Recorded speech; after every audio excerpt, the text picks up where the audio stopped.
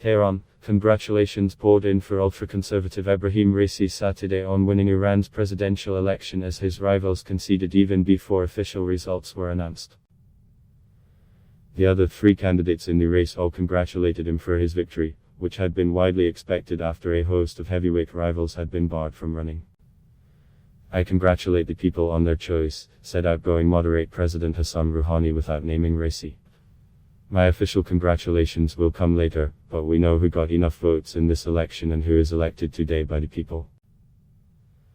The other two ultra-conservative candidates, Mohsen Rezaei and Amir Hossein Khazazadeh Hashemi, explicitly congratulated Raisi, as did the only reformist in the race, former central bank governor Abdullah Hemati. Raisi, 60, takes over from Rouhani in August as Iran seeks to salvage its tattered nuclear deal with major powers and free itself from punishing us sanctions that have driven a sharp economic downturn. Raisi, the head of the judiciary whose black turban signifies direct descent from Islam's Prophet Muhammad, is seen as close to the 81-year-old supreme leader, Ayatollah Ali Khamenei, who has ultimate political power in Iran. Friday's voting was extended by 2 hours past the original midnight deadline amid fears of a low turnout of 50% or less. The ballots were counted overnight, and authorities were yet to release the official result or turnout figures. Many voters chose to stay away after the field of some 600 hopefuls, including 40 women, had been winnowed down to 7 candidates, all men, excluding an ex-president and a former parliament speaker. 3 of the vetted candidates dropped out of the race 2 days before Friday's election, and 2 of them quickly threw their support behind Raisi. Populist former President Mahmoud Ahmadinejad, one of those who were barred from running by the Guardian Council of Clerics and Jurists, said he would not vote, declaring in a video message that, "I do not want to have a part in this sin."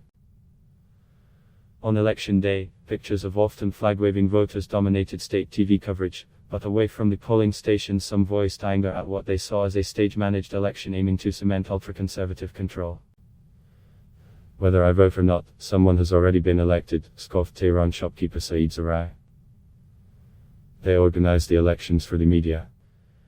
Enthusiasm was dampened further by spiraling inflation and job losses, and the pandemic that proved more deadly in Iran than anywhere else in the region, killing more than people by the official count.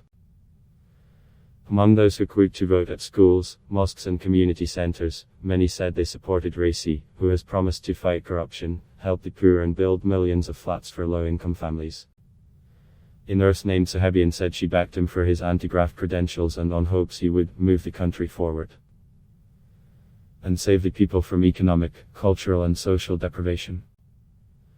Raisi, who holds deeply conservative views on many social issues including the role of women in public life, has been named in Iranian media as a possible successor to Khamenei.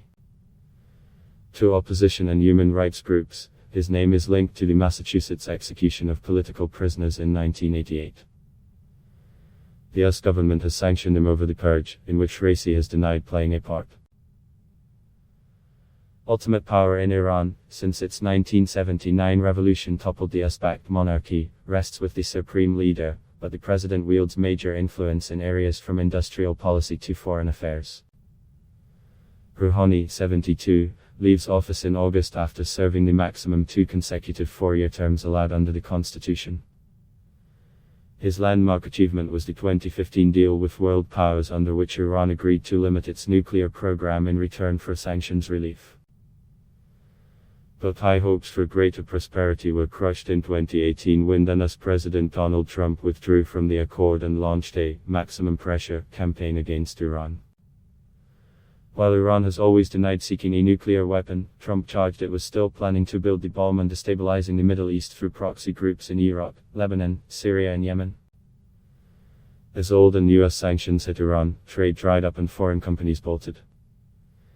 The economy nosedived and spiraling prices fueled repeated bouts of social unrest which were put down by security forces. Iran's ultra-conservative camp, which deeply distrusts the United States, labeled the Great Satan, the global arrogance, in the Islamic Republic, attacked Rouhani over the failing deal.